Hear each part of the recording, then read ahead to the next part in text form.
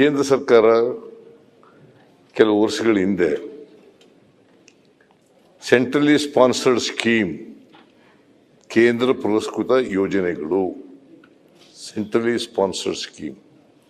ಮೊದಲು ಏನು ಮಾಡ್ತಾ ಇದ್ರು, ಕೇಂದ್ರ ಸರ್ಕಾರ 75% ಕೊಡ್ತಾ ಇದ್ರು. ಆಮೇಲೆ ರಾಜ್ಯ ಸರ್ಕಾರ 25% ಕೊಡ್ತಾ ಇತ್ತು. 75-25 ಇರ್ತಿತ್ತು ಕೇಂದ್ರ ಪುರಸ್ಕೃತ ಯೋಜನೆಗಳು ಅಂತ ಕರೆಯೋದು ನಾವು. ಈಗೇನು ಬತ್ತಾ ಏನಾಗಿದೆ, ಕಡಿಮೆ ಆಯ್ತಾ ಬಂತು.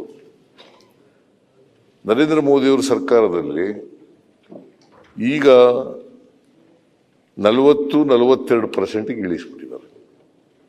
40-42%, ಅಂದರೆ 60-58% ಇಳಿದು ಬಿಟ್ಟಿದೆ.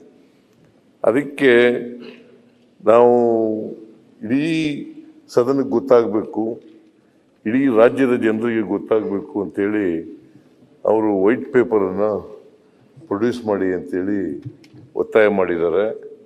ನಾವು ಈಗ ಮಾನ್ಯ ಸದಸ್ಯರು ಕೇಳಿದ ಮೇಲೆ ವೈಟ್ ಪೇಪರನ್ನು ಪ್ರೊಡ್ಯೂಸ್ ಮಾಡಲಿಕ್ಕೆ ಸರ್ಕಾರ ಸಿದ್ಧ ಇದೆ.